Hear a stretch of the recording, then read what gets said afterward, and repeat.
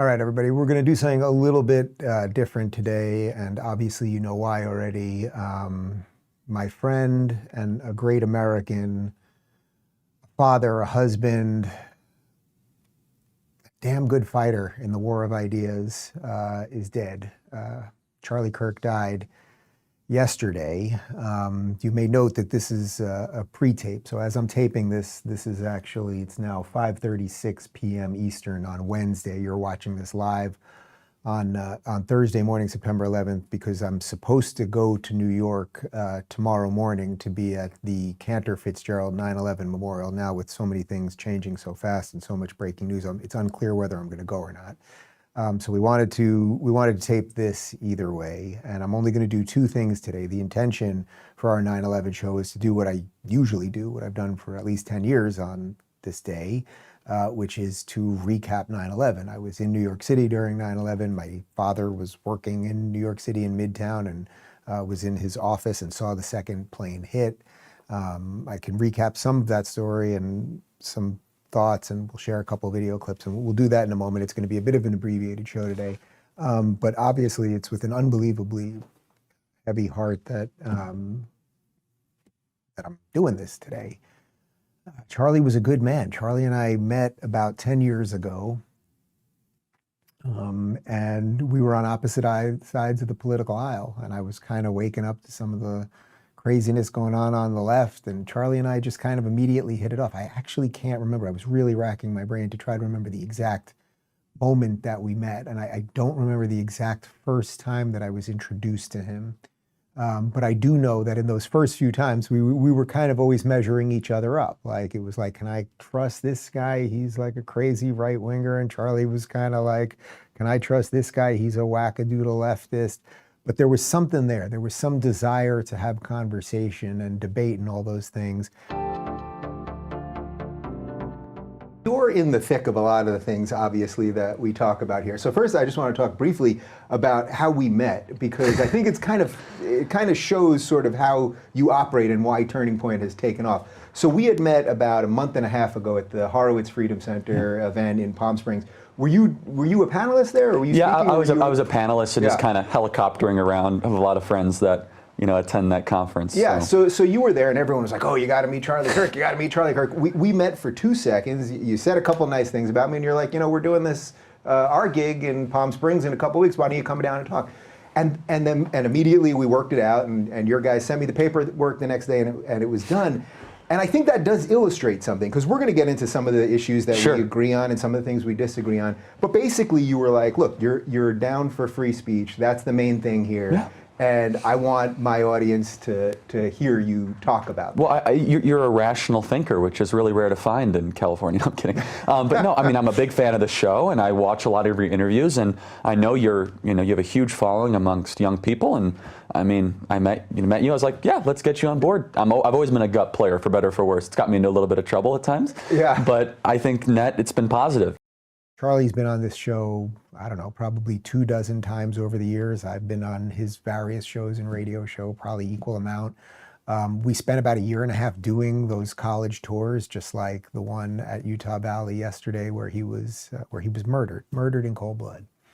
I never saw Charlie be not respectful to a single person. He'd get up there and he'd might say some controversial things, right? The truth is often controversial. He would have his opinions, never shied away from his opinions, but I never saw him be mean to anyone, never saw him put anyone down. As a matter of fact, I would see when things would be getting hot, maybe with some students, or there would be a Q&A and it was getting out of control and people were hurling insults, he was always reeling it back. He would always try to calm everybody down. Sometimes I would try to joke my way out of it, and he was like a little more of the straight man trying to just calm everyone down. I think that's why we liked being on stage together, beyond just a sort of mutual respect, that we were trying to heal some of this stuff, even if we disagreed on things. And we disagreed on an awful lot, particularly at the beginning. Over the years, we kind of came together politically in many ways. And I think there was probably not much daylight between us, probably some, doesn't even matter. But we debated abortion, and we debated death penalty. We debate taxes and universal health care and marriage equality and all of these things. And then after the debates and after the Q&As, one of the things we always did, and I always started doing this at all of my shows after I saw Charlie do it once, he always invited people that disagreed with him up first during the Q&As. He would always say, hey, listen, if you agree with us, we don't need to just have like a, oh, you're so wonderful chat. And he always would do that. So we would take part in that together. If someone disagreed with either one of us or whoever else might be on stage with us, they would get to come to the line first. That's something that I've incorporated into all of my Q&As since then. I'm much more interested in hearing someone that has a counterpoint or another view. And Charlie was very brave at that. Brave when at a time when it was very hard to be brave. You know, thankfully the culture has shifted a lot, in large part because of Charlie, and it's gotten easier to say certain things. Political correctness doesn't have the calcifying effect over all of us that it's had over these last couple of years, but it wasn't always easy to do that. Charlie and I would do events where there'd be police escorts and we'd have to basically hide in rooms and have police bring us to the stage, and we'd have to know where the emergency exit was, and people would pull fire alarms and throw things at us, and got hot coffee thrown at me once, and you know, crazy chanting and just all of this craziness. And he just he would always double down. He would double down and say, I'm gonna go back, I'm gonna go back, and I'm gonna go back. I don't do as many of those events anymore. I do other things. My fight is a different fight. But Charlie really relished that fight. And outside of the political part of this, like, this was a guy who, you know, even if you look, I'll do just a tiny bit more on the political part and then I'll do the human part.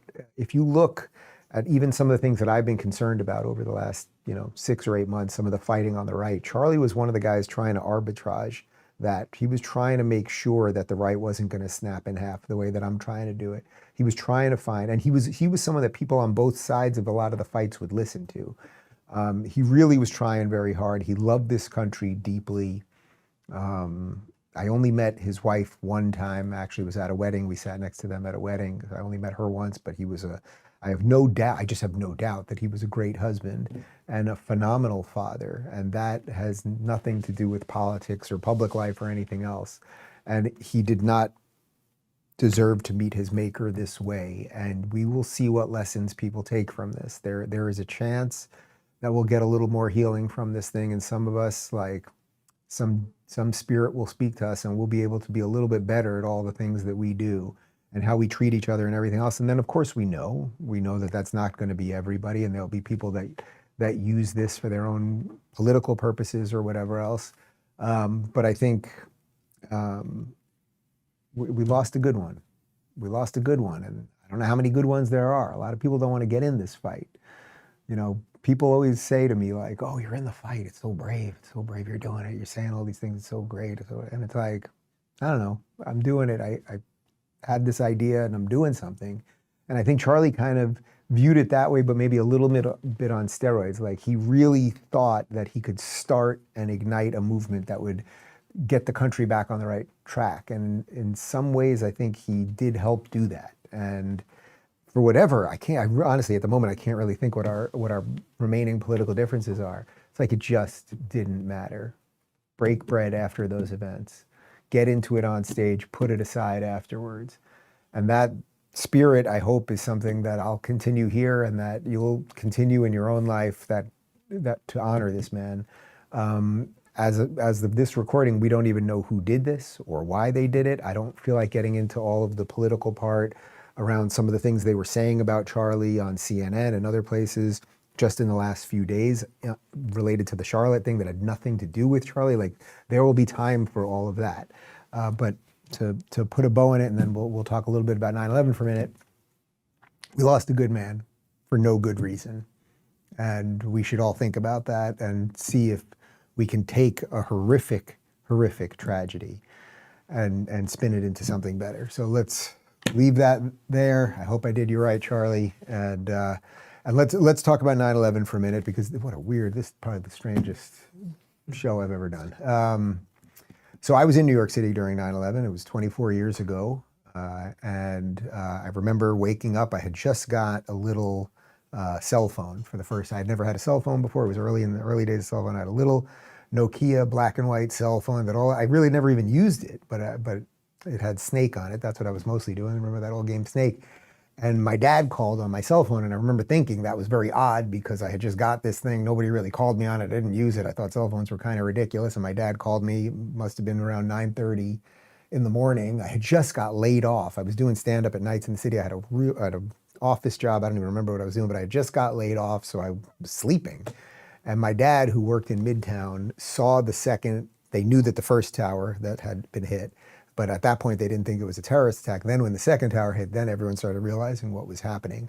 And my dad called me, told me what was happening, and then the world changed in that moment. And I guess in some ways that's kind of like what just happened with Charlie. It feels like the world changed. There are moments that the world changes, whether it's one man being assassinated or whether it's a horrific terrorist attack that kills, 2,000 plus people. There are moments in life. So I thought we could spend a few minutes just diving back into some of the memories around that with a little bit of hope at the end. And I'll tell you a little bit more of my story. And I've heard so many of your stories around this too every year when we do this. But here is the CBS News Live breaking coverage as one of the planes hit. It's 8:52 here in New York. I'm Bryant Gumbel. We understand that there has been a plane crash on the southern tip of Manhattan. You're looking at the World Trade Center. We understand that a plane has crashed into the World Trade Center. We don't know anything more than that. We don't know if it was a commercial aircraft. We don't know if it was a private aircraft. We have no idea how many were on board or what the extent of the injuries are right now. We have, I understand, an eyewitness on the phone right now. Sir, good morning. This is Bryant Gumbel. Could you give us your name? Yeah, my name is Stuart. Stuart, where are you right now? I'm working at a restaurant in Soho. All right, so tell us what you saw, if you would. I was waiting at a table and I literally saw it seemed to be like a small plane.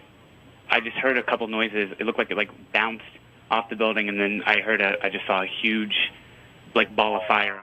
All right, so there were obviously a lot of clips we could have showed you there. I think what was interesting about that one is it's hard to remember that even on that day when it first started, people didn't realize it was a terrorist attack, right? And we now know the stories of people that were told to stay in the building and everything else, even stay in the other tower, because there was no reason to think anything else was going to happen. Subsequently, not too long, I think it was less than a half hour later, the second plane hit, and then the world was changed forever. I lived on 90th and 1st in New York City, so that's like upper East Side, and the tower is obviously downtown. So we were sort of at polar opposite ends of the city. But I remember over the next few hours, first off, the soot and the smell and the burning and the ashes and everything just wafting up. It's hard to imagine because it almost sounds like a sci-fi movie or science, just like a zombie movie or something.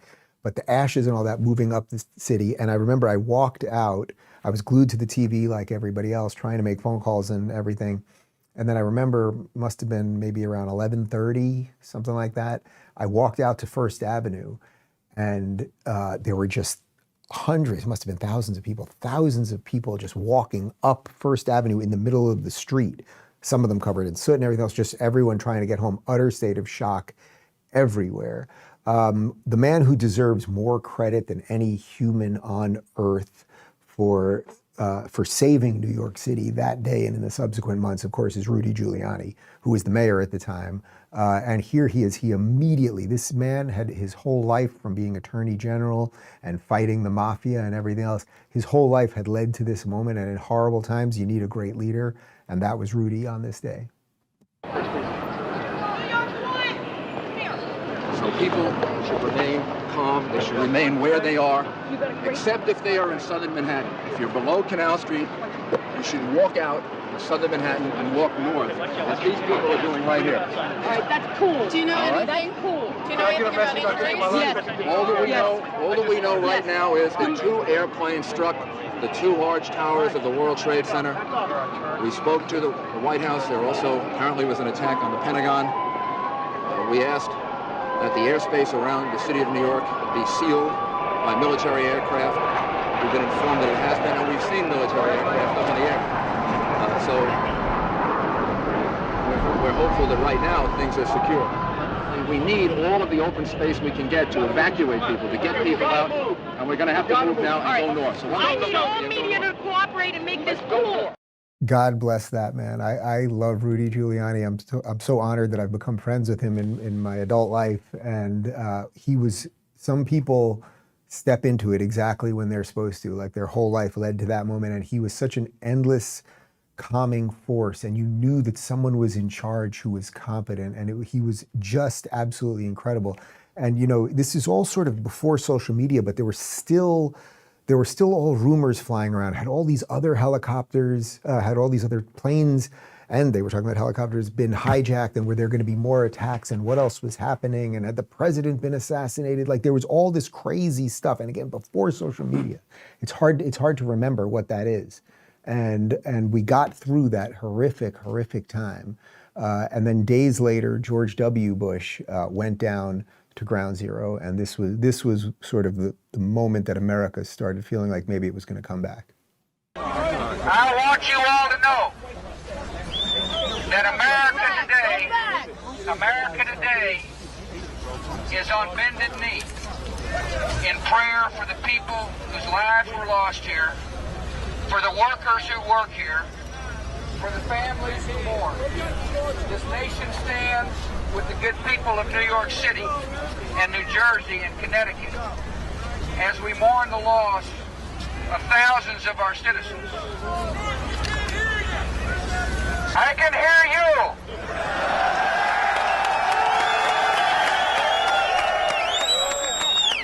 I can hear you. The rest of the world hears you.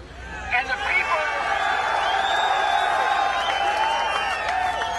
people who knock these buildings down will hear all of us soon.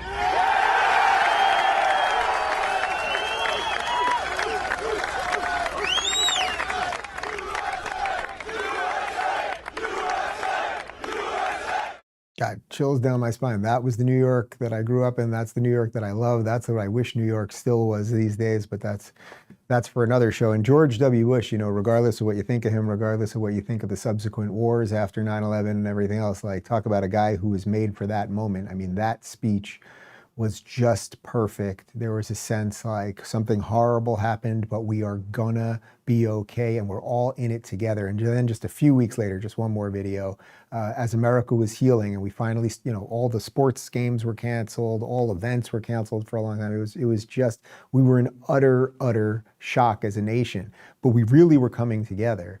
And then a few weeks later, after they had delayed some of the baseball playoffs, this was George W. Bush at Yankee Stadium in New York, throwing out the opening pitch to World Series Game 3. Mr. President.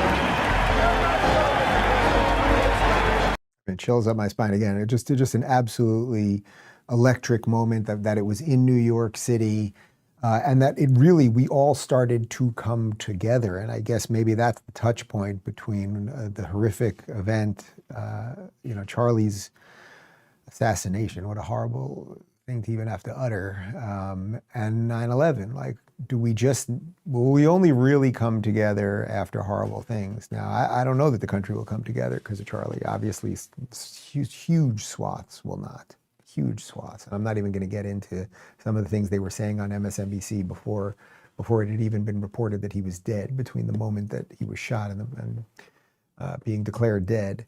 But there was a real togetherness in America after that. And we probably made some mistakes along the way, and Patriot Act, and a whole bunch of stuff. But I remember that America. And that America, I think, was probably a lot stronger than this America. You know, if we had a terrorist attack, the likes of which were comparable to what happened on 9/11, if that happened today, would we come together? Portions of us would, but like, could we do it again with social media and all of the bad actors on there and the bots and the foreign actors and everything else? Like, could we do it with all of the new forces that have confused us about freedom and what America really is, that have emboldened terrorist sympathizers to march in the streets and have made our children confused about their gender and whether the project of America is fundamentally good or not, or anything else? Like, I'm not so sure. And I hope we never have to find out, right? Because we don't want something horrific to happen. And yet we're stuck in a position where it sometimes seems like the only way that kind of glues us together. I'll share just a couple other thoughts about 9/11. And I would love to read some of your thoughts if you were in New York City or even not. You know, just how it affected you and your family, where you were when you heard about 9/11, all of those things. I remember this must be about 2 or 3 weeks after 9/11, where we basically were just in our houses. Everyone just stayed in their houses and their apartments and just watched TV all day long. It was before CNN really went off the deep end. And I was glued to CNN. And actually a few years ago on this show on 9/11, I interviewed Aaron Brown, who was anchoring their coverage during 9/11, and he was excellent. He was a real excellent, well, I don't even know if he considers himself a journalist, but he was an excellent anchor in a really horrific time. So we put that up a couple of years ago. You could check that out. A few years ago we had Ari Fleischer on, who was George W. Bush's spokesman, and we've done a couple other shows like that. But I remember we were all sort of glued to the TV, and then one day I was just like, I was going stir crazy. I was like, I've got to get out of the house. Like the only time I was walking out was to get pizza or something. It's like, I got to get out for a little bit. And I grabbed my basketball and I walked over to Gracie Mansion, and that's the mayor's mansion. And about a block from that is, there were some basketball courts. And I went, and I had no idea if anyone was going to be there. You literally could still taste the soot in your mouth if you were outside. And I remember I showed up at the basketball court. It was so weird. It was like an eerily weird day. It was late in the afternoon, like kind of dusky. And there were like a couple guys playing on the court, and we just started playing pickup. I didn't know anyone on the court. I don't know if they knew anybody.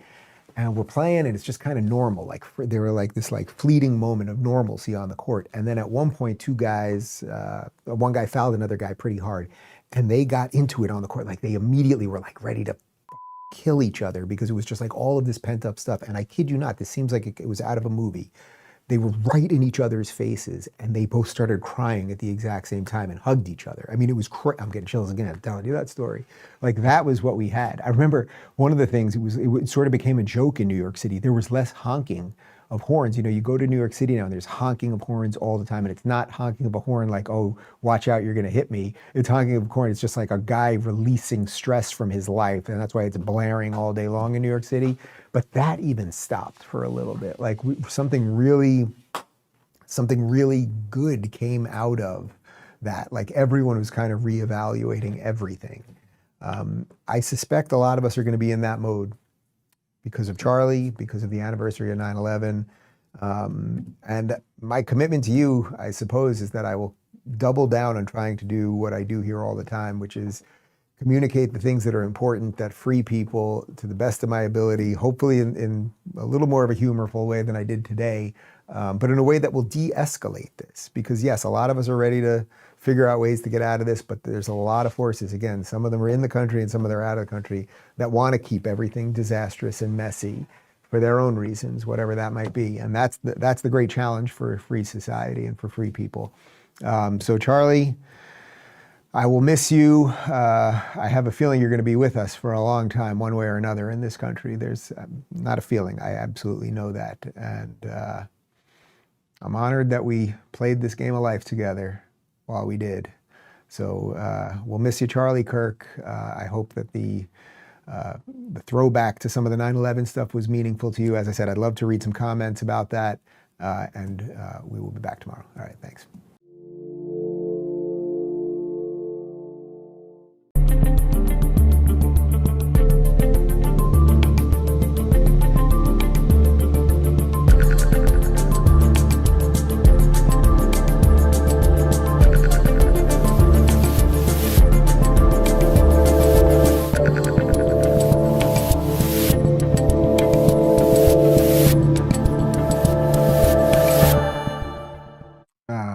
So we are live. This is probably going to be the strangest live stream I've ever done. Blank piece of paper in front of me. A little bit of information that's breaking right now on the prompter. Obviously, you guys know why we're doing this out of nowhere. Charlie Kirk, my friend, the head of Turning Point USA, radio show host, father, more importantly, husband, was shot at an event at, where was it, guys? Utah Valley University, just about an hour ago. It looks pretty horrific. There's a lot of stuff breaking. I'm not even exactly sure why we're doing this, other than I was in the studio right now because I'm going to New York early in the morning for a 9/11 memorial. So we're not going to be live tomorrow. I'm going to pre-tape some stuff for that. And I obviously have to address this, not just because it's news, but I know Charlie well, and he's been to this house multiple times, and we've broken bread multiple times, and we've done dozens of the exact same type of events that he was just shot at. We've done them together over the years. There was about a year or so where we probably did about 50 of them.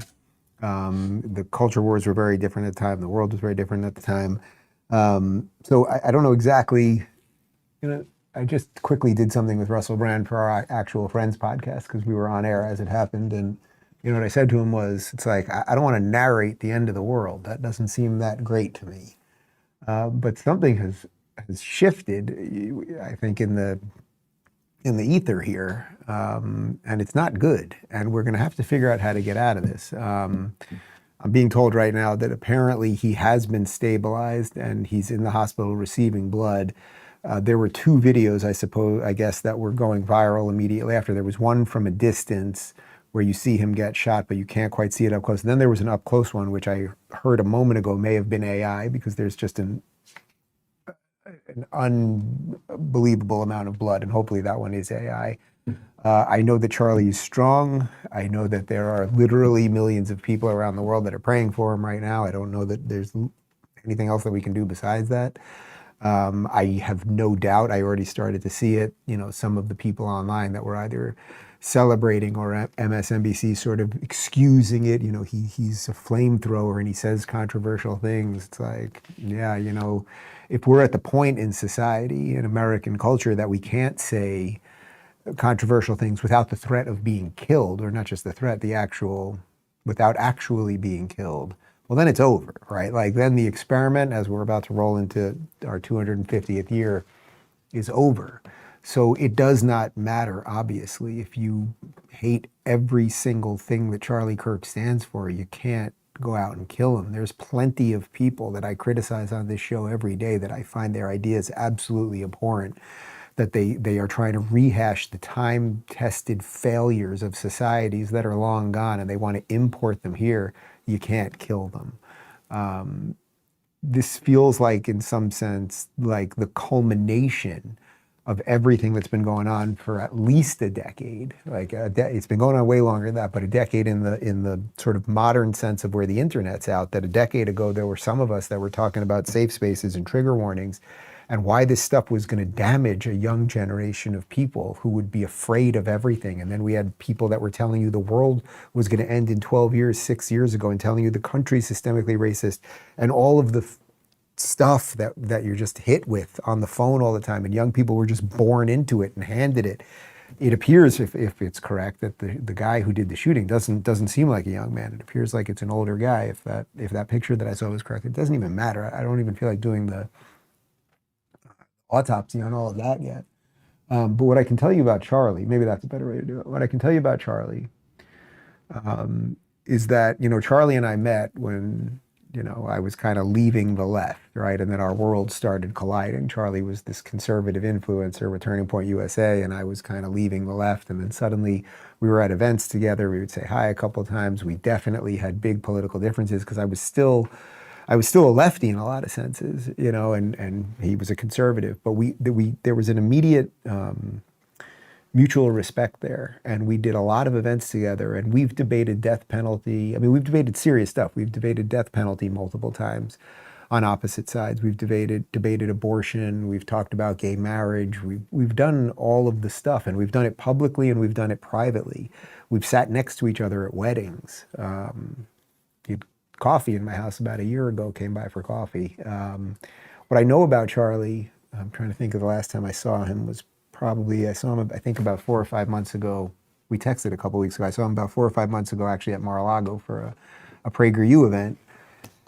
And Charlie, look, he liked being in the fight. He likes being in the fight, I should say. He likes arguing. He likes making the point. He likes pointing out the hypocrisy. He likes doing all that. And sometimes he does it with a little bit of a flamethrower. Not as much as many in the media portray him as. But he likes fighting for America. He likes fighting for what he believes in, his values, and all of those things. And he did it honestly, and that's why I always liked him. No, I'm doing this wrong. That's why I've always liked him, because we would always put our differences aside. at the end, right? Like, and we would go to these events at these colleges, and mostly when we were doing this around 2019, 20, something like that, there would be massive protests outside. There would be people throwing things at us. We'd have police escorts. Like for Charlie, he was doing it a little bit before me, so it was kind of like old hat to him.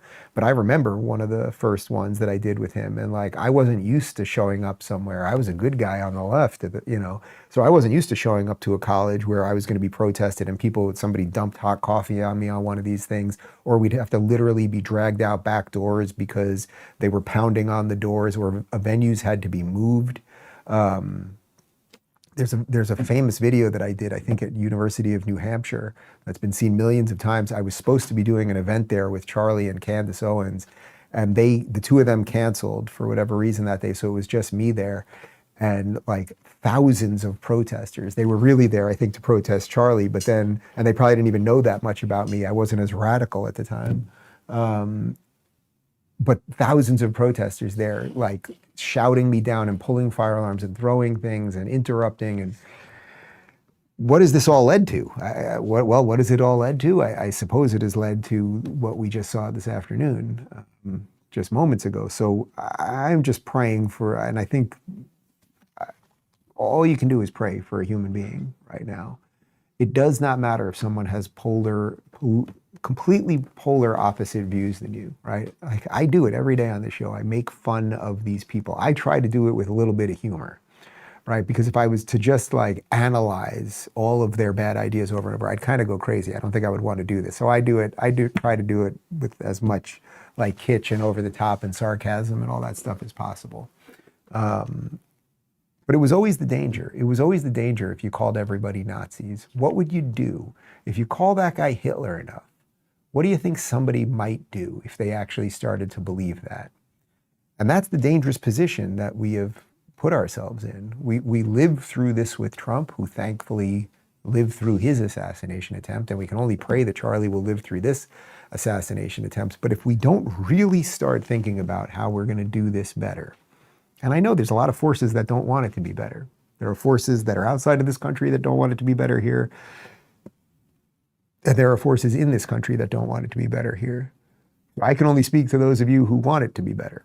And I actually do think that's most people. But how you reach them, how you really, if most of us are just kind of, all right, let's live and let live, let's try it that way. And let's accept that there's some differences. And that's why we have states' rights. And that's what individual choice is all about. And that's what the pursuit of happiness, that's what the whole thing is all about. Like, that's great if a certain amount of people believe that. And then what do you do when there's this other set of people who have been so broken into believing that you're evil for that, and that they want your stuff now, or they won't let you alone? Like, live and let live is great, but it's a mutual exchange, right? There has to be something common. It has to be common enough that enough people will say it and then operate within that. But if you and your people say live and let live, and then there's another force that's out there that's unrelenting in trying to take that away from you, I don't know what you do about that. But I know that Charlie fought for the things that he believed in honestly, imperfectly and honestly. We still have our political differences, and who the hell cares? Who the hell cares? Is there anything else breaking at the moment? I don't know. There's a video of him being rushed to the hospital. Yeah, there's a video. I don't think we have to bother with any of the videos. You guys can see all the videos. So there's a video of him being shot. There's a video of him being rushed to the hospital. Last I saw, right before we started, a friend who has some insider knowledge said that there was a heartbeat at the hospital. I'll text you this three. Yeah, I don't know. All right, Phoenix is going to text me something. We got to figure out how to be better at this thing.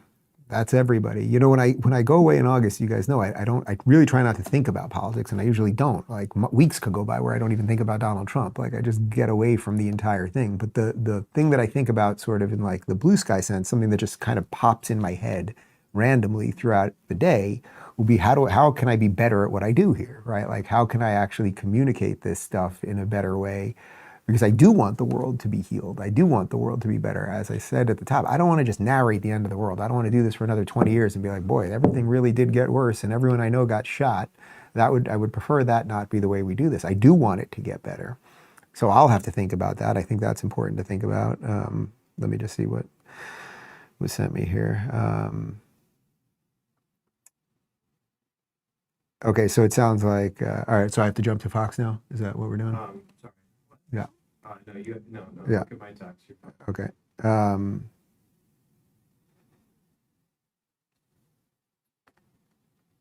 All right, he's in the hospital. It's critical. All right, I don't want to even get into the minutiae right now.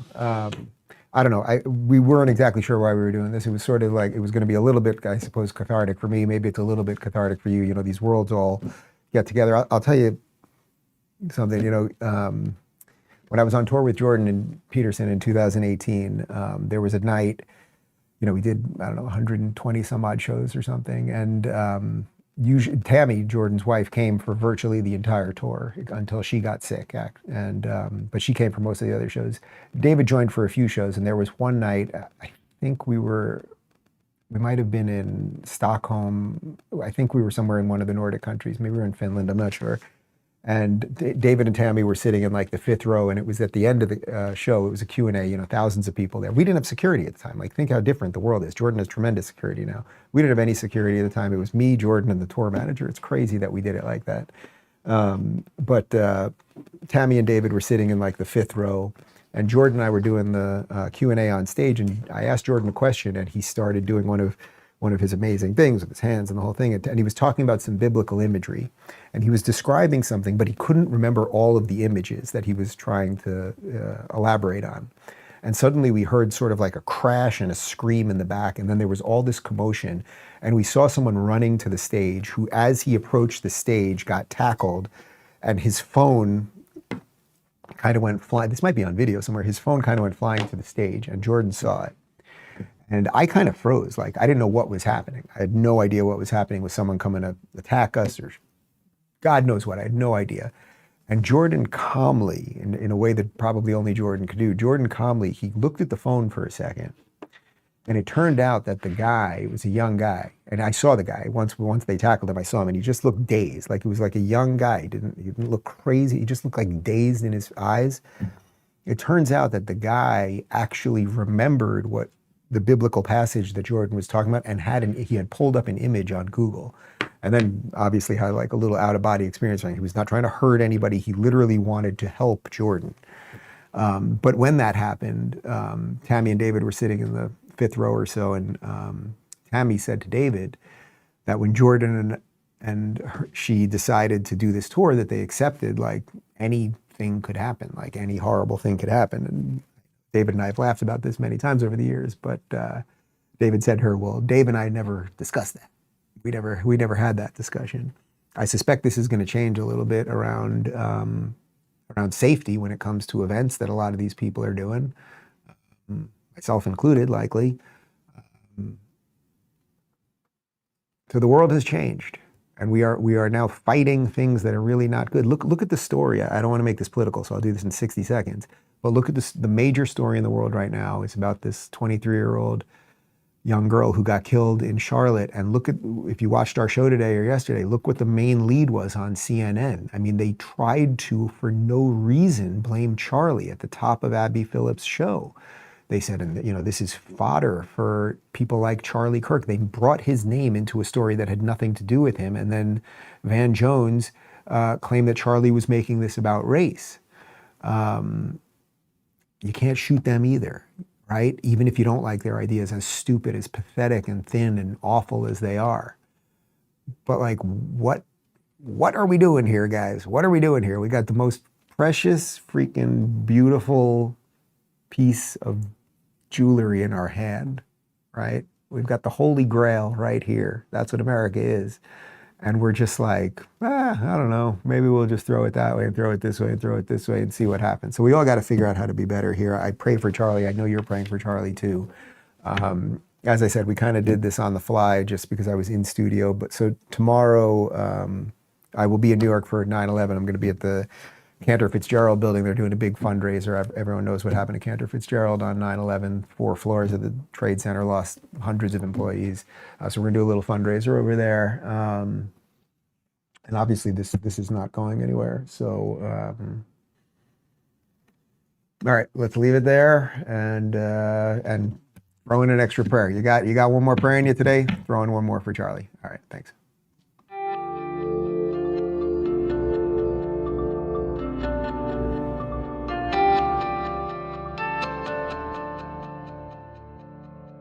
The mainstream media, which was back at the time also controlled by the liberals, they started a political campaign against us, and they were portraying Hungary like fascist dictatorship type of country, and no one else, and the voters, the politicians on the other side, actually no one knew that who we are and what we're doing. So no one was speaking against it, and that was the liberal propaganda against Hungary everywhere. But then, with Donald Trump, the situation changed.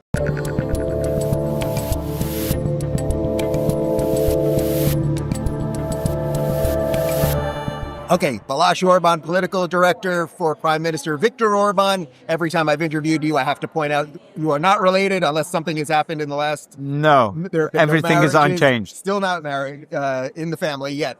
It's funny, when I see you now, we've been doing this for a couple of years. It seems like it's like seeing an old friend. We've both put on beards over the years. Yes. You've gone a little more rustic than me. We chatted a bit last night, and one of the things that you mentioned that I think we're going to talk about on stage in a few minutes, and then again later tonight at the Danube Institute, is how the country of Hungary is so misportrayed by the mainstream media. And as you know, that's something that I really focus on from an American perspective.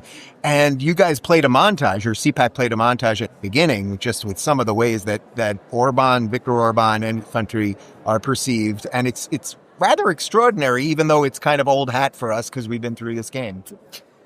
Yeah, it's true. I think, when I think how the situation was looking like 10, 15 years ago, I remember that it was very hard to explain for us Hungarians who we are and what we are doing, because we have a very special language. It's only 12 million people on earth is speaking this kind of language, and you don't know the cultural and the linguistic context. You have no idea what's going on in the country. So it's very hard to explain to the foreigners what's going on. But and the mainstream media, which was back at the time also controlled by the liberals, they started a political campaign against us, and they were portraying Hungary like fascist dictatorship type of country, and no one else, and the voters, the politicians on the other side, actually no one knew that who we are and what we're doing. So no one was speaking against it. And that was the liberal propaganda against Hungary everywhere. But then, with Donald Trump, the situation changed, because I think American and people and many Western European people realized when the liberal media started to spread lies on Trump, they realized that, they are lying on this issue. So you start seeing it in one place, and next thing you know, you're seeing it. And then they realized that if they're lying about Trump, it's possible that they are lying about Viktor Orbán in Hungary as well, and they are lying about many things. And people started to be curious about what's going on, and this is why we are very happy to have so many Americans who are here, and they have field experience what's going on, and they can broadcast a different context, which is closer to the truth than the liberal one. The media compilation they showed beforehand, I mean, the things they were saying about Hungary and about your prime minister, it's exactly the same stuff. It is exactly the same playbook over and over. Interestingly, you mentioned at an event last night that we were at the Roger Scruton Cafe, which there are several of here, great conservative thinker who unfortunately is no longer with us.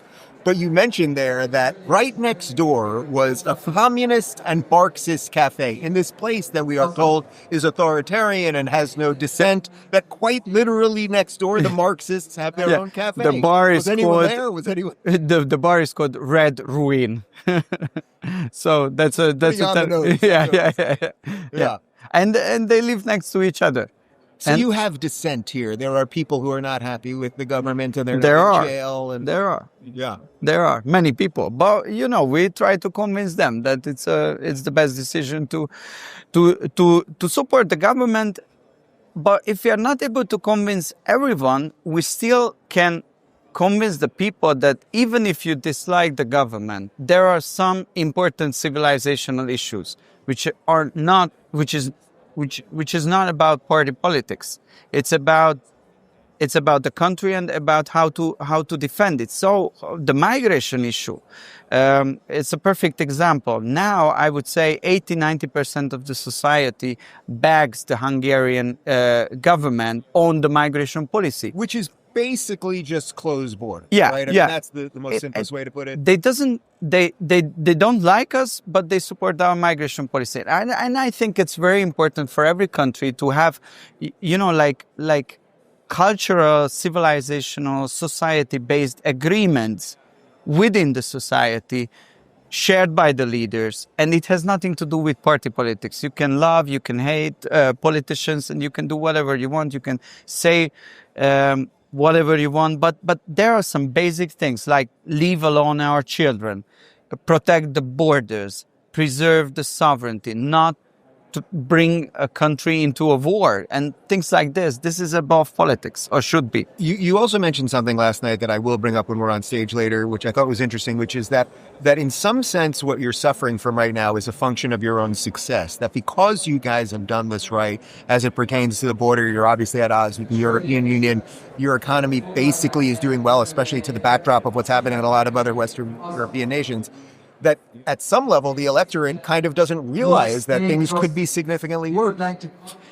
Yeah, and this is why it's very important for us to have the foreigners who are here in Hungary, and they are explaining to the Hungarian public as well that guys, this is unfortunately not the case in every country. So politicians are persecuted, people are persecuted based on their comments, their tweets, their political opinions. The migrants are on the street, and it can happen in Germany.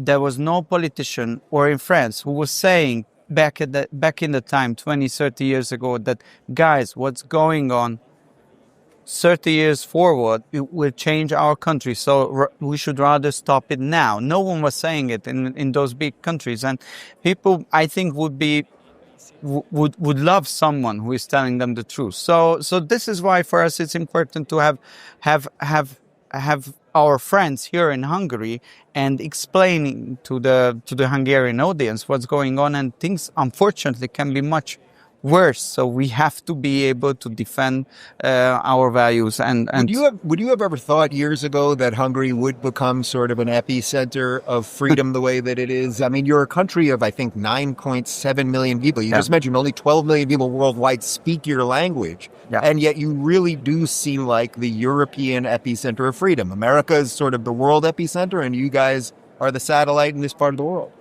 We talked a lot about this with the Prime Minister, and he many times said it publicly as well, but also many times told me that, our job is not to save the world. Our job is to save Hungary. So it's like we don't want international attention. It's like we just want to have a government which helps the nation to thrive. This is the only important part of the job. But what happened? The attacks came from outside. And we realized that if we are only focusing on domestic issues, then we will lose the battle, because they will destroy us from outside. And they have the power, they have the media, they have the sanction regimes, they have the political pressure, they have the NGOs and everything. So this was the point where the Prime Minister said that we have to create a system which is helping us to defend the country. And on this level, we have to engage in international politics and have the conservative, right-wing sovereigntist forces all over the world. So since this is one of 3 events that we'll be doing together, I'll save the rest of the questions for later. Let me ask you one other thing for now, which is, so when people look at a small country that has its borders under control, that has competent governance, what is the biggest external threat? The things that you just mentioned, what is the biggest thing? That you could be sanctioned by the European Union, or that they can hamper your ability to trade? What would you say is the biggest threat from sort of like what we call the globalist order? I give you one example. We are already under sanction by the European Union because we are defending our borders. The Hungarian government has to pay €1 million per day because we are not opening our borders. So it's a sanction which is operating every day against us, and our Probably so they can fund propaganda against you. Yes, End up yes, funding your own. yes, exactly. And you know what is going on? What happened with the war in the last 3 years? Prime Minister Orban was saying that there is no solution on the battlefield. The sooner we get back to the diplomatic track, it will be better for everyone. But the European leaders were pushing to another direction, and it caused a massive destruction and the negative consequences on the field of energy, on the field of inflation, on the field of general stagnation, what you experience in Europe, are affecting the Hungarian people. So the biggest challenge for us now is, it was mentioned by the Prime Minister, how to deliberate Brussels, how to regain the control, because now it's controlled by a globalist machinery, and they are using everything what they have against the nation states and the national governments. It's not democratic at all. It's the opposite of democracy, what is going on there. So if we want to preserve Hungarian sovereignty, then we have to be part of the European cooperation of the nations, but also defend the country from the Brazilian liberals. You will continue this on the main Thank stage. you very much, Dave. My Okay. pleasure. If you're looking for more eye-opening and worldly conversations, make sure to dive into our international playlist. And if you want to watch full interviews on a wide variety of topics, watch our full episode playlist, all right over here. And to get notified of all future videos, be sure to subscribe and click the notification bell. We've seen a lot of that incredibly odd reversal. And, well, it's very hard to know what to make of that, except that, well, the evidence is starkly in, isn't it? It's happening. RFK is an excellent example of that. Tulsi Gabbard, turfed by the Democrats. And then, I mean, the Trump administration is run by Democrats, essentially. The courageous Democrats who were turfed from their own party now run the United States under the guise of Republicans in conjunction with Trump. Yeah. Well, like, who's going to predict that? Well, I guess you think, well, the last won't be first. It's, well, yeah, I guess that's, I guess they will.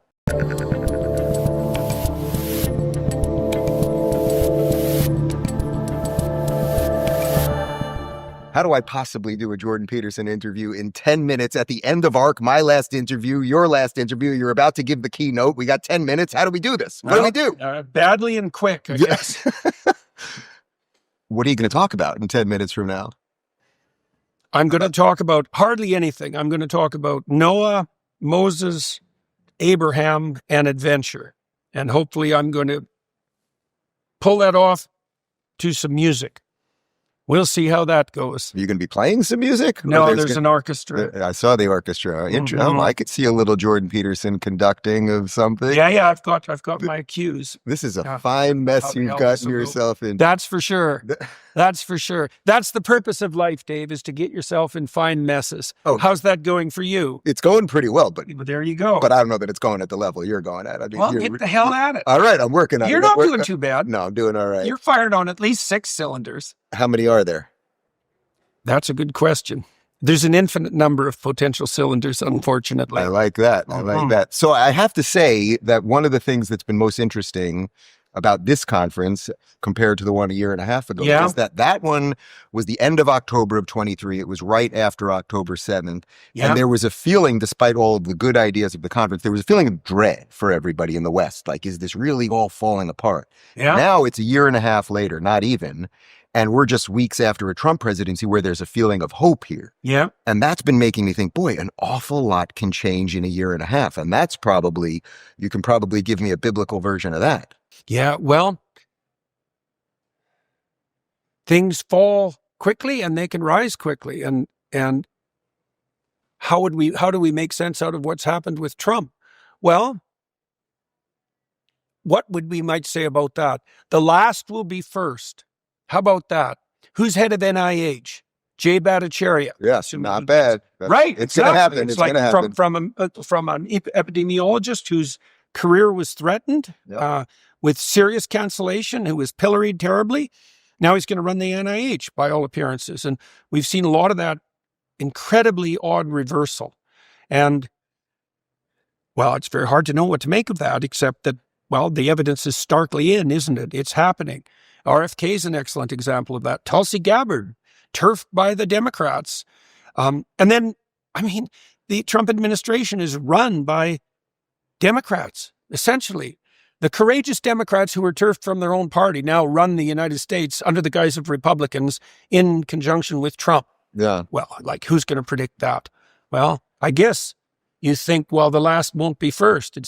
Well, yeah, I guess I guess they will. So at your opening speech, you were basically giving the story of Passover. It was the story of Exodus, of the Jews leaving Egypt to go to the Promised Land. And you were talking about the, what did you call them? Well, there were the 12 tribes, but there were the people that went in first. Yeah. What did you refer to them as? Scouts of the future. Scouts of the future. Yeah. I was thinking as you were talking about that seems to me to be some of these people that Trump has brought in. Trump sort of brought us all out of Egypt.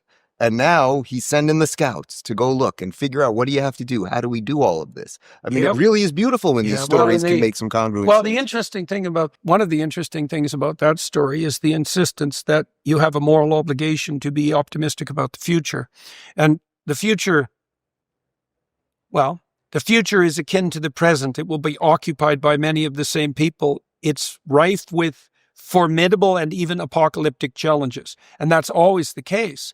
And the question then is, what's the appropriate moral attitude in the face, even truly, of a potential apocalypse? And the answer to that always is faith, courage, and the optimism that springs from faith and courage and that isn't naive. You're required to do that morally. In some ways, that's even the defining characteristic of faith. And so what does that mean? It means what Caleb and Joshua do report to Moses when they're sent to Canaan to scout out the future. They say, well, it's a place of formidable challenge, but if we maintain our upward aim and our covenant with the divine, then there's no desert we can't make bloom. And I think that's right. I also think that's the right rejoinder to the Malthusians, even from a biological perspective. Their notion is, it's a zero-sum game and we'll multiply till we consume all possible resources. And the rejoinder to that is, human beings transform the idea of resource itself, and the future is a place of unlimited possibility if you maintain your upward aim. I think that's true. And so if it's true, you're called upon to be a forthright and optimistic scout of the future. And then you're the people who lead the lost to the promised land. And yes, that seems correct. Do you feel that your life is actually completely congruent with what you just said there? Because that's what I was thinking when I was watching you give that speech. I've seen you do this a million times, and I'll see you do it a million more times, and I'll see you put order into the world. But you've done it. You are doing it by putting truth into the world. We met 10 years ago, and you were a little-known psychology professor, and I was a little-known podcaster. And look at what has happened here. Yeah, well, completely congruent. That's it. That never happens, I would say, because the dimensions of congruence become more complex and the requirement for congruence becomes greater as you ascend, so to speak, as your obligations multiply. The price you pay for making a mistake increases, and the level of commitment that you have to bring to bear on the problems increases. And I don't think there's a limit to that. And so, do you feel that? Do you feel that on a daily basis, or is it just the cost for mistakes multiplies, the amount of attention that you have to bring to bear increases because the cost of failure is higher and higher, and the standards become higher and higher. And so that congruence is a constant pursuit rather than a permanent attainment, and it's always in error. I mean, part of the reason you fortify yourself in relationship to that is to surround yourself with people who are also helpful and awake. And I have a lot of good people on my team. Yeah.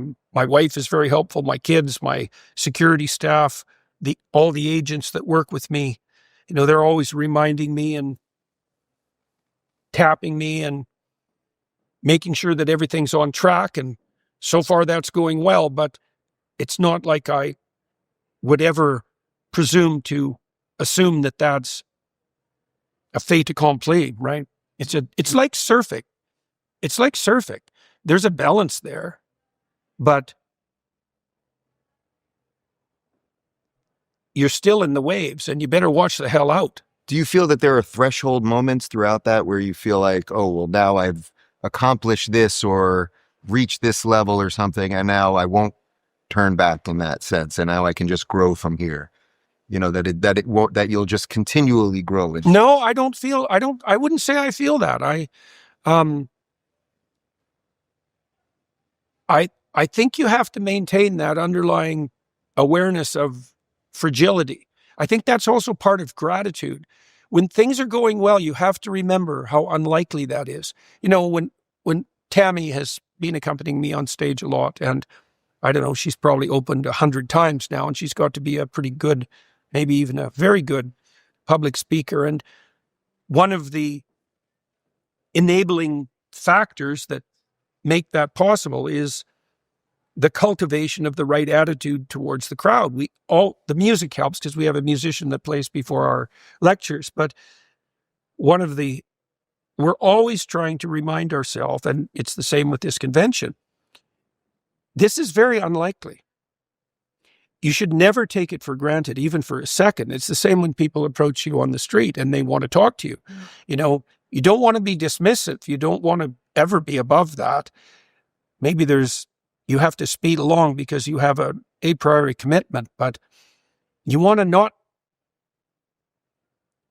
Part of that religious humility is not taking anything for granted and realizing that there's 1,000 ways to fail and success is unlikely. And if it happens to be visiting you now, you should be very, very cognizant of that and aware of it.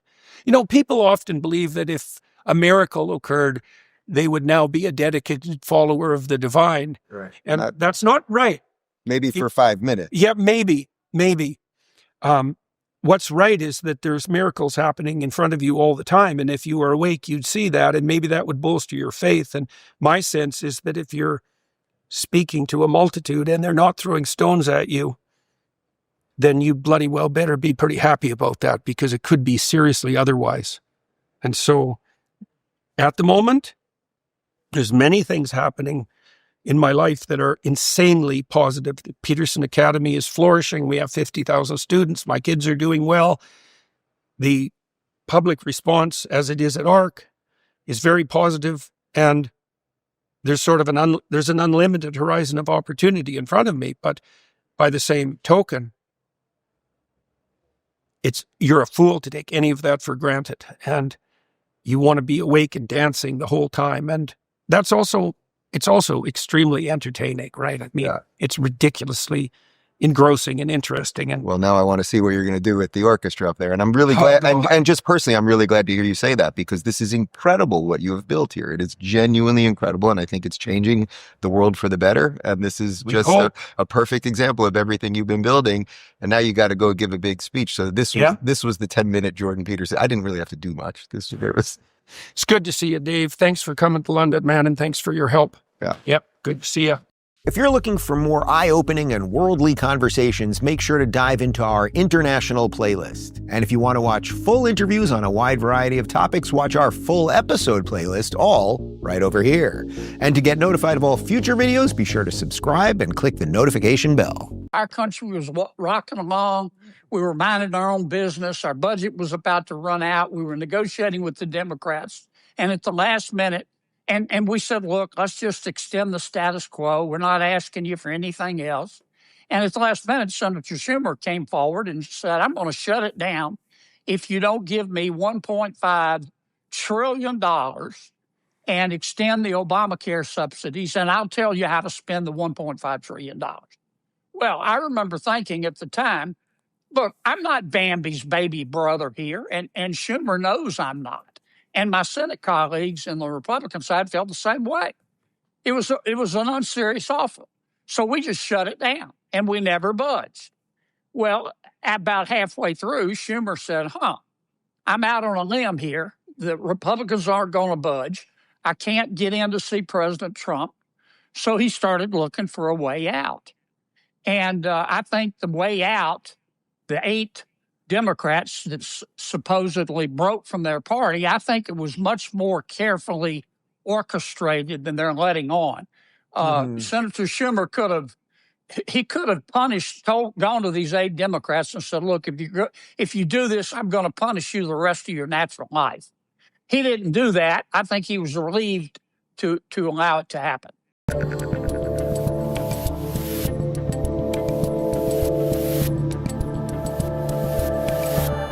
All right, guys, this is the Rubin Report. I'm Dave Rubin, and joining me today is Louisiana Senator and author of the new book, How to Test Negative for Stupid, Senator John Kennedy. Welcome to the Rubin Report. Thanks for having me, Dave. I love you so.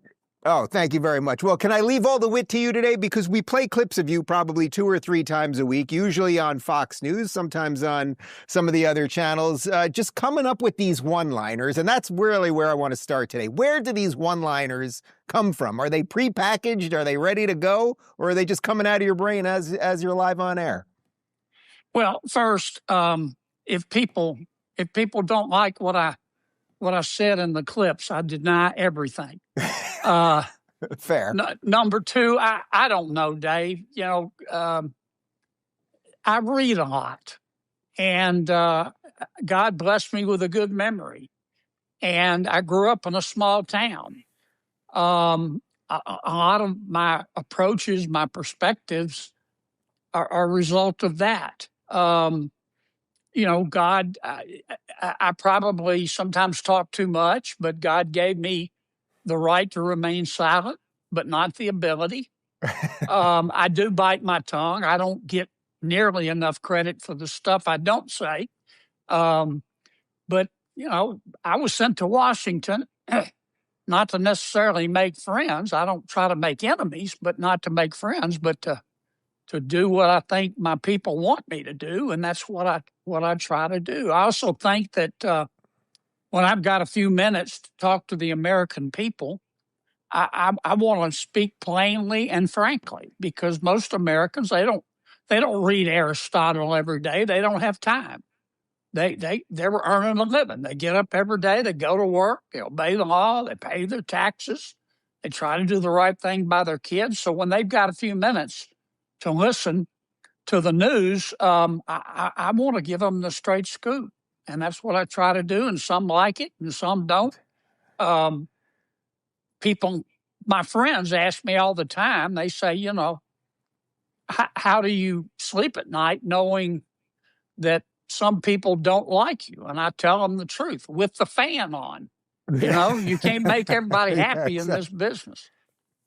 Indeed, indeed. One of the things that I like about you a lot, not only the sense of humor and that, you just have sort of an everyman quality about you, is that your political journey, I mean, you were a Democrat also. I was obviously a Democrat. You defected a little bit earlier than me. What was it about the Democrat Party back then, and this is sort of early-ish 2000s, that you saw happening that forced you to leave and become a Republican? Well, everybody in Louisiana was a Democrat, mostly a conservative Democrat until 2004, 2005, something like that. My first job in government was in state government, and I worked for a Republican governor. So party wasn't that big a deal. But gradually, the foolishness from the National Party seeped in to the Louisiana Democratic Party. And the Louisiana Democratic Party, like the National Party, took a hard left and kept driving. And I just reached the point where I was the state treasurer. All of my legislation was being handled by Republicans, even though I was a Democrat. And my Democratic colleagues didn't like me because I wouldn't toe the line. So I said, okay, no mas, I quit. So when people hear you say conservative Democrat, those things come off these days as completely antithetical. But what you're talking about, in essence, is sort of what we used to call blue dog Democrats, I guess. So what do you think happened to the party itself? Because now it clearly now there's just virtually no moderate Democrat left. I always point to John Fetterman as kind of the last man standing. But what do you think really happened there? Well, the parties change constantly. And over a period of time, the Loon wing, the Bolshevik wing, the socialist wing, whatever you want to call it, of the Democratic Party gradually became ascendant and took power. Now, all Democrats are not members of the socialist wing, but more and more are each day. And those who are more traditional Democrats, a number of them in the Senate, are scared to say anything. A best example is probably Senator Schumer. The leader of the Democratic Party is Congresswoman Ocasio-Cortez. She's backed up by Senator Sanders, but Congresswoman Ocasio-Cortez is, in my opinion, is running for one of three things. She's either running for Speaker of the House, she's running against Chuck Schumer for the United States Senate, or she's going to run for president. And her wing of the party is clearly in control. I think it's bad for the Democratic Party, but they've got to make that determination for themselves. I don't think most Americans, I don't think most Democrats, or at least a lot of Democrats, hate George Washington or Thomas Jefferson or Abraham Lincoln or Dr. Zeus or Mr. Potato Head. They don't think they're racist. I don't think most Americans, and frankly, most Democrats, think that our kids ought to be able to change genders at recess. I don't think most Americans or most Democrats hyperventilate on their yoga mats if you use the wrong pronoun. But the loon wing of the Democratic Party does, and they're running the show, and everybody else is scared to death of it. That's why we had a shutdown. So I want to get to the shutdown in a second, but interestingly, you made a point that I've brought up a couple times over the last few months, which is I have huge political disagreements with Schumer, but I don't think he hates the country. And I think if this was 20 years ago, he would have just been a moderate Dem, but he's sort of afraid of his own shadow. Are the ones that you call moderate, the Democrats that you now call moderate, do they privately acknowledge what's going on with the party to you, and they just are afraid when it comes to the public battles because they see they've lost the base? Well, yes, some, and not in so many words. But number two, you learn pretty quickly, you know this, Dave, in politics, what you do is what you believe, not what you say. What you do is what you believe. Everything else is just cottage cheese, man. And I watched what my non-loon wing Democratic colleagues in the Senate do, and not what they say. And they go along, and they have been. It started under it really started under President Obama, but it really accelerated under President Biden. A lot of Democrats in the Senate understood that President Biden was making a huge mistake by opening the border. And President Biden was told to say, these are my words, not his, that vetting people at the border is racist. Now, I happen to think it's prudent, and most Americans do. But the more moderate Democrats in the U.S. Senate never said a word, not a peep, until the end when they realized that they were in political trouble. And even then, they were very tepid in their criticism. So let's talk about the shutdown for a minute, because over the last couple of weeks, we played a couple of videos of yours, and you basically laid out exactly what was going to happen and how it was going to wrap up, and you pretty much got it all right. So is that just from you've been through these fights before and you sort of saw an election coming in New York and Virginia, the Dems needed a little bit of juice for it, and that you just knew what the landscape was going to be because you've been in the game? I think, look, Stevie Wonder could have seen this one coming. You know, our country, 7 weeks ago, our country was rocking along. We were minding our own business. Our budget was about to run out. We were negotiating with the Democrats. And at the last minute, and we said, look, let's just extend the status quo. We're not asking you for anything else.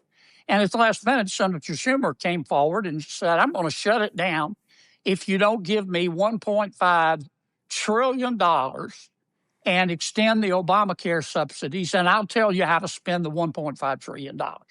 Well, I remember thinking at the time, look, I'm not Bambi's baby brother here, and Schumer knows I'm not. And my Senate colleagues in the Republican side felt the same way. It was an unserious offer. So we just shut it down, and we never budged. Well, about halfway through, Schumer said, I'm out on a limb here. The Republicans aren't going to budge. I can't get in to see President Trump. So he started looking for a way out. And I think the way out, the 8 Democrats that supposedly broke from their party, I think it was much more carefully orchestrated than they're letting on. Senator Schumer could have gone to these 8 Democrats and said, look, if you do this, I'm going to punish you the rest of your natural life. He didn't do that. I think he was relieved to allow it to happen. Yeah, and again, I fully credit you because we played a video a few days before it happened where that's exactly what you said was going to happen, and that he would vote no, and then they would jump over. It would kind of have him save face. Not that it's gotten him any credit with the far lefts on his side. Let me ask you about a couple of the issues of the day, because one of the big things that's popping up right now in light of the radicalism of the Democratic Party is that Trump is calling for an end to the filibuster. I know that there's a philosophical argument here and then a sort of realpolitik argument. And I'm caught between those two arguments. I don't want to take power when we have it just because we have it. And on the other hand, I know they would do it. And I know they would pack the courts and do all those other things. So where do you fall on this? I like the filibuster. And I've told the president that. I've explained to the president that in my judgment, the role of a U.S. Senator is twofold. Yes, it's to advance good ideas, but it's also to kill bad ideas. And that's what the filibuster allows you to do. Had we not had the filibuster when Joe Biden was president, God help us all. I mean, we killed a lot of bad ideas and a lot of bad nominees. Now, the president makes a very salient point. He says, Kennedy, but when the Democrats get back in control, they're going to do it. He may be right. But my response to him was, well, let's don't let them back in control. Let's don't let them back in control. And I said, let's get together and win the midterms.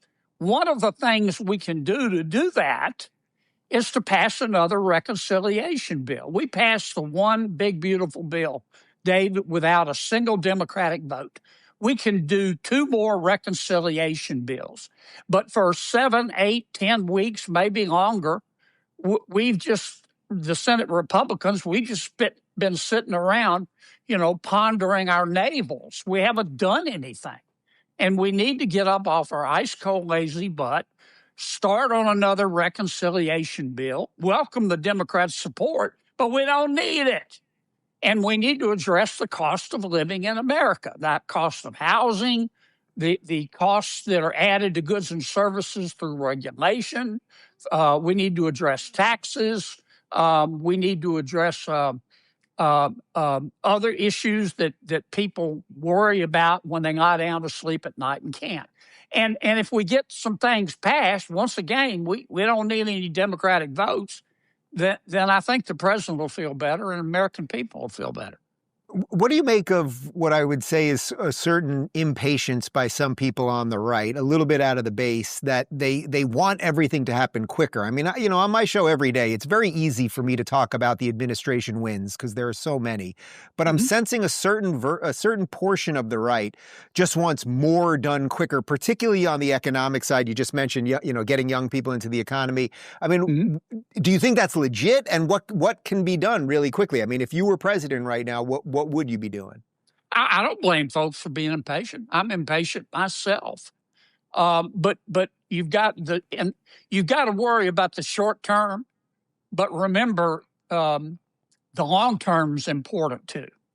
And I think about what would happen if the Democrats ever did get back in charge. And that's the day I prepare for. If I were king for a day, what would I do? I would, in terms of housing costs, we've got a supply problem. I would turn to every major Democratic city and Republican city, but there are not many left in the country, and say, look, if you don't increase housing starts by 5% every year, I'm going to cut your federal funds. If you do increase them over 5%, I will give you a little extra money that I will take from the states and the cities that refuse to increase their housing starts. The message that will help housing immensely. It will help housing immensely. I would talk more if I were the president. He's doing a lot. He's just not talking about it. I would talk more about the massive undertaking that the Trump administration is doing to cut the cost of rules or to cut rules and regulations. That's one of the things that's making the American goods and services cost so much, because all the cost of regulation gets added on.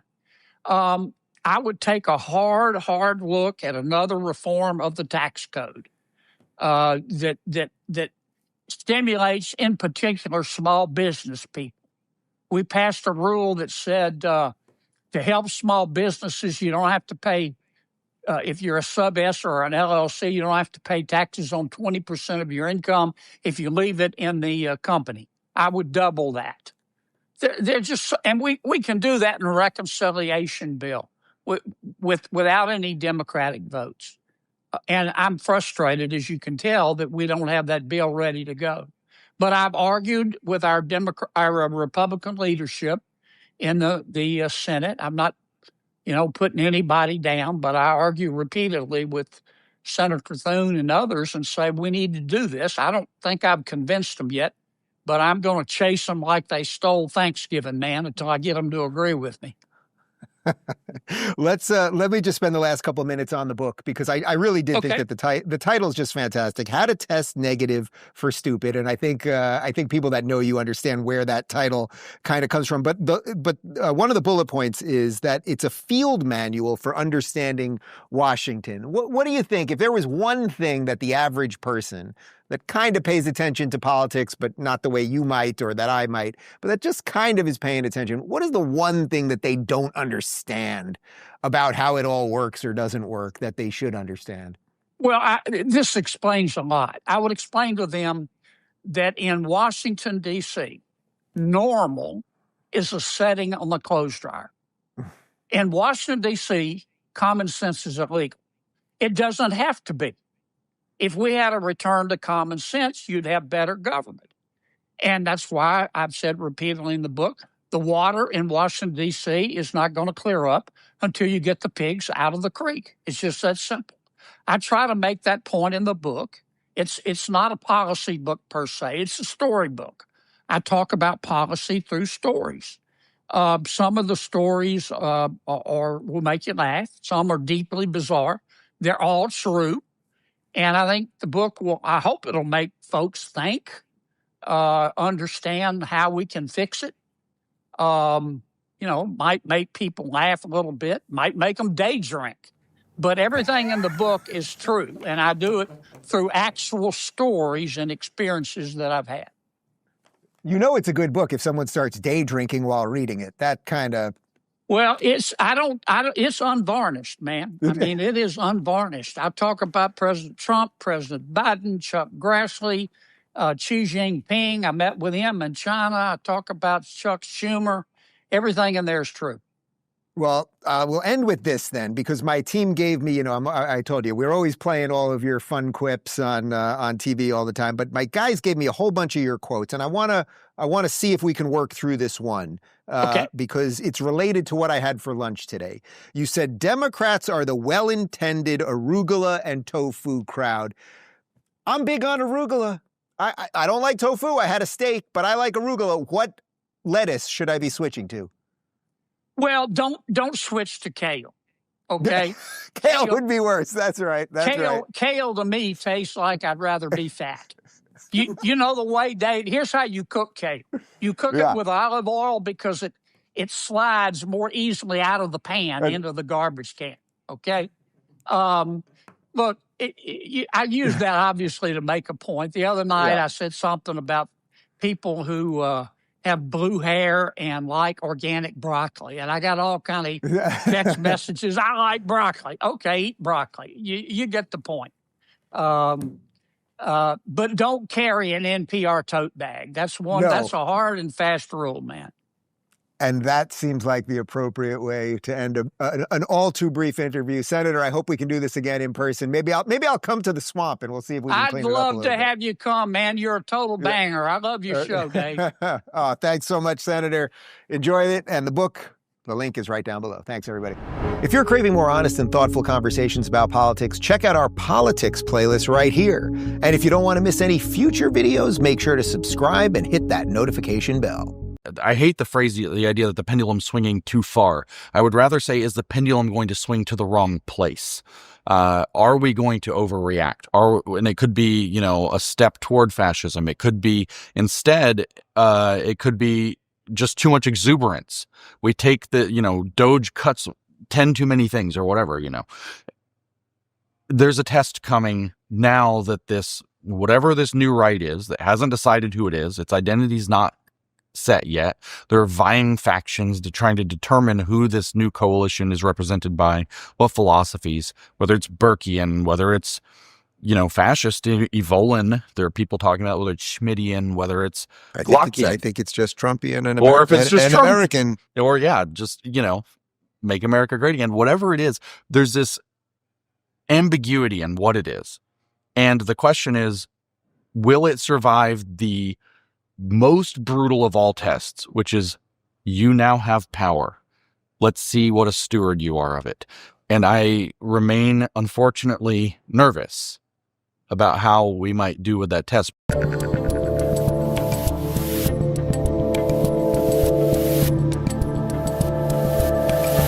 James Lindsay, this has to be at least your dozenth appearance on the Rubin Report, would you say? I think that's all right. I hope so. Ballpark dozen. You're definitely in the top 10 of repeat guests. I'll take it. So let's just try not to muck it up if we could. Oh, no. We are here at the ARC conference, and much like when I spoke to you here about a year and a half ago, what I find most interesting about this conference is there seems to be a real move to find all of the commonalities between, say, the classical liberals, where guys like you and I fall, and the more traditional conservatives. Yeah. It seems to be working, at least for now. Certainly in America, it's working.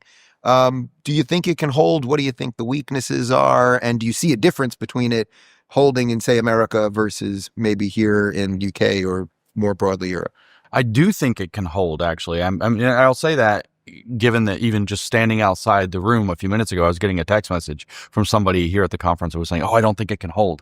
So there is some nervousness about this. This is a question. And the reason I'm starting that with you is because there are plenty of people literally in this building right now who you've had major arguments with and spats with on that other side of it. Yeah. But there's some healing happening, I think, too. A little bit. So here's what I think, though, is the reason that I think that this coalition can be somewhat stable. If we think back to, the 90s, let's say, just kind of as an archetype, we have the classical liberals and the progressives have somehow aligned themselves against the conservatives. And they say, no, we're basically the same. We're open-minded together, or whatever it is. And the conservatives are obviously not, and they're a problem. So these two are in cahoots. And slowly, and then all at once, the classical liberals discovered these guys are lunatics. The progressives are not sharing our values. They're not actually even open-minded. And so now the classical liberals have fled from the left, and they found a home with these traditional conservatives. And this other alignment is actually it's fragile as well, but I think it's a bit different. And the reason is because there is an underlying respect for reality that exists on the classical liberal and the conservative side that does not exist with the progressives. And I mean this in a deep way. To talk kind of in a very, deep sense, the progressive view, their epistemology, so to speak, the way they think about the world, is they have an idealistic future to which they are shooting. And their knowledge, their theory of knowledge, their theory of morals is all utilitarian around achieving that future. In essence, right. To that ideal, right? Almost this Platonic ideal. Whereas the epistemological force of the classical liberals is, well, let's check the evidence. Let's bounce it off the real world and humble ourselves. And the epistemological force of the traditional conservative, the Burkean conservative, is tradition. What has worked in the past, which is this kind of, from my perspective at least, which is this kind of heuristic to reality, as opposed to let's do the test, let's check it out directly. there's still this adherence to this has worked in the past. So there must be, even if we don't know what it is, there must be something in the sauce that works. And that's an adherence to reality. They're not, neither side is shooting for an ideal, right? No, it is possible to get idealistic. And when conservatism goes idealistic, you end up with fascism, and that's a threat. But it's not intrinsic to the traditional conservative, nor is it appealing to the classical liberal. So this coalition is qualitatively different than the one that was, we're both open-minded. Yeah, well, I'm thrilled to hear you say that because I agree. I think it's clearly represented by what's happening with kind of the tech bros and Trump at the moment. But in some sense, Trump is the ultimate version of all of this, isn't he? Because he's ushered in conservatism while obviously not being a conservative, right? Yeah. In Trump's real head, I think if you took the 1985 version of Trump, he's just a New York liberal. Yeah. But he needed conservatism to sort of build a world that he could live in, and that's the world that we're all in now. Yeah, Trump is just fundamentally American. His instincts, I don't think he's doctrinaire. I don't think I'm not to say he's unsophisticated philosophically, but I don't think he cares that much about these deep philosophical questions about, what do the Burkeans think about this? Right. And You don't think he cares about that much? Not too much. I'm just guessing. He might secretly be reading, in the morning. You never know.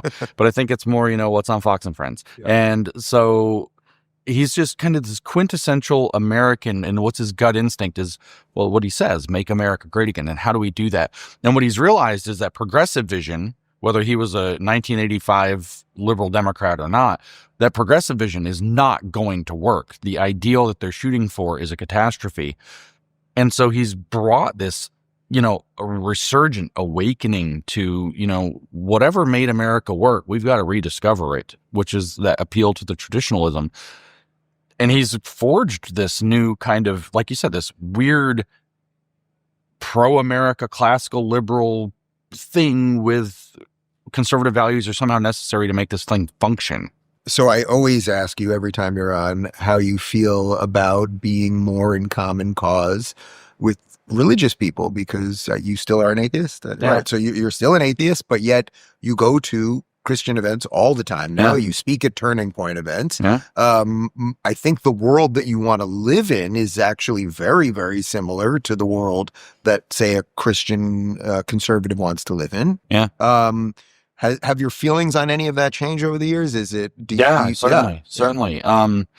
While I haven't accepted the profound metaphysical claim at the center of the Christian faith, the moral precepts, the teaching, the just kind of logical civilizational structure that the both Judeo and Christian, in fact, the Christians can get a little worked up about this, but my opinion is that Jesus brought the Jewish model to the Gentiles, right? And so the Judeo-Christian model, ethics, the way they think through problems, the way that they deal with one another, how they order and structure society, I think are actually very, very profoundly good. The Bible, in my opinion, is a record of, several thousand years of when you do this, civilization works, and when you deviate from this, everything goes sideways, and you deserved it.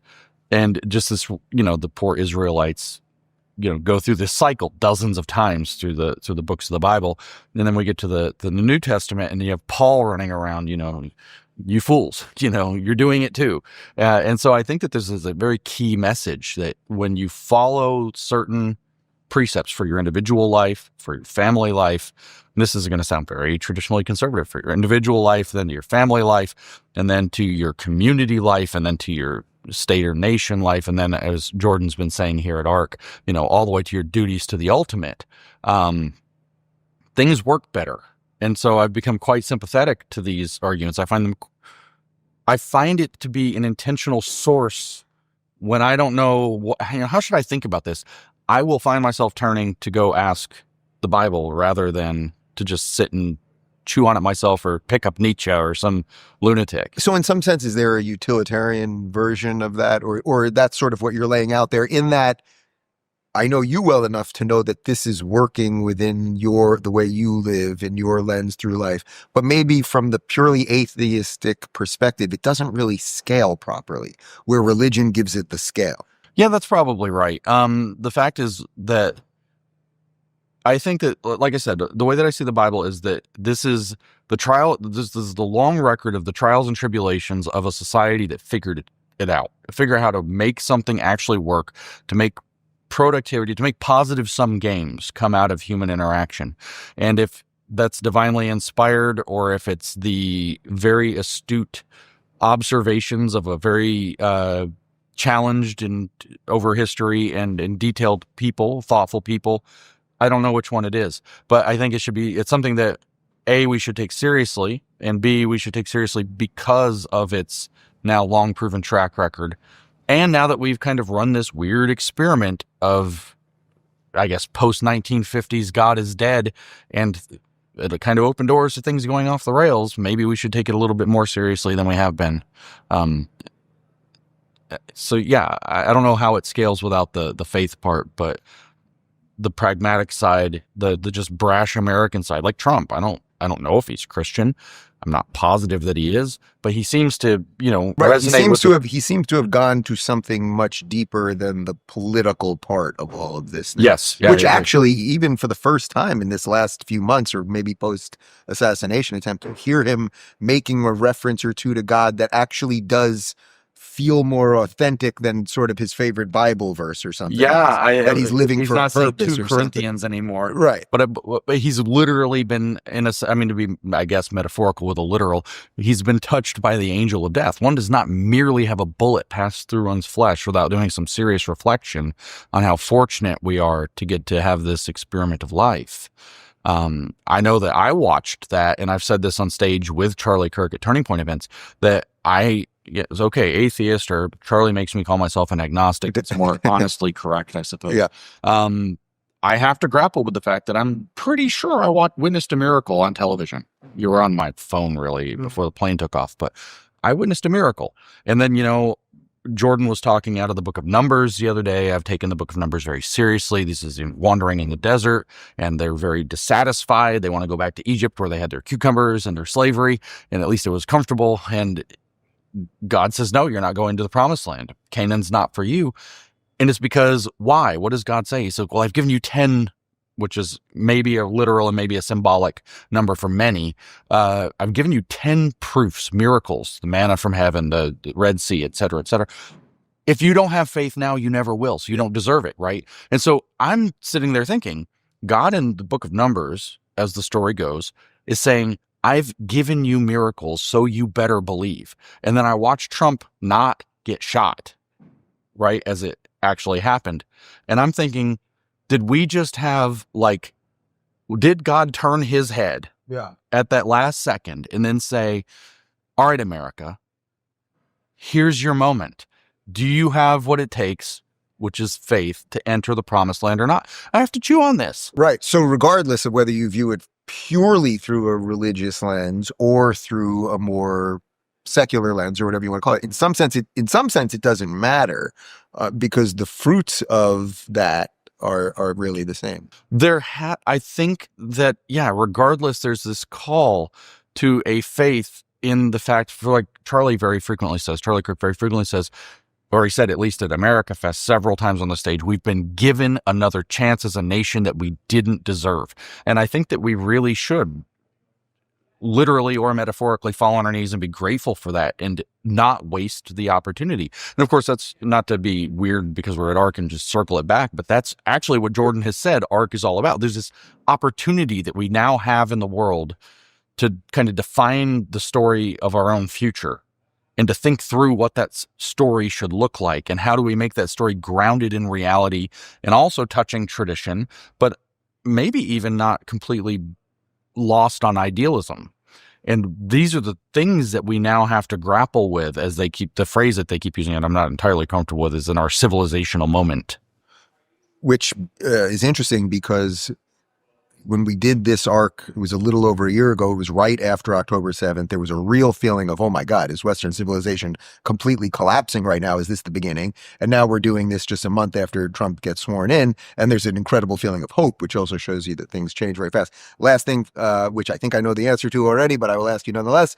Are you white-pilled for America at the moment? It seems like everyone in this room or everyone in this building feels very positive about America right now, from what I can tell. Yeah, have you seen those pills with the little. I think they used to have like diet pills and had the little colored balls. I knew you inside were of going to them. give me something more Yeah, nuanced than just a it's white too- pill. No, it's Oh, not. this is like a time release. Yeah, with the there's multiple cap of it. colors. Oh, Some God. of them are black. Some of them are black. clown Some of pills. them are very. I'm very nervous. I said this. You were there at the PragerU inauguration, Make Education Great Again event, and I said that I believe that we have at least one more major test. America has one more major test ahead of it. So while I am optimistic, in general, I am nervous about what amounts to the backlash. Yeah. I hate the phrase, the idea that the pendulum's swinging too far. I would rather say, is the pendulum going to swing to the wrong place? Are we going to overreact?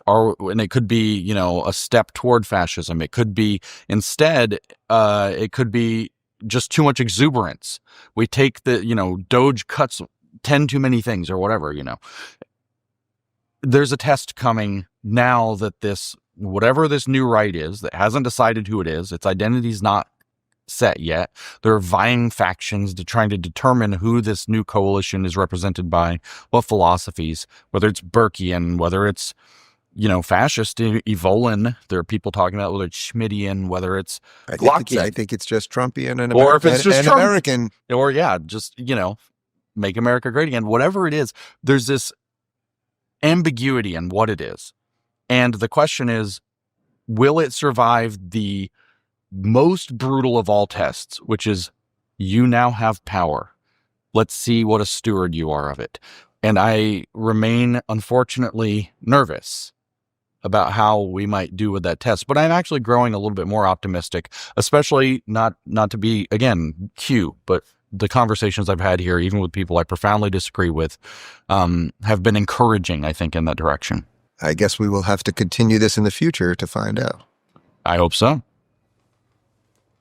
If you're looking for more honest and thoughtful conversations about politics instead of nonstop screaming, check out our politics playlist. And if you want to watch full interviews on a variety of topics, watch our full episode playlist, all right over here. And to get notified of all future videos, be sure to subscribe and click the notification bell.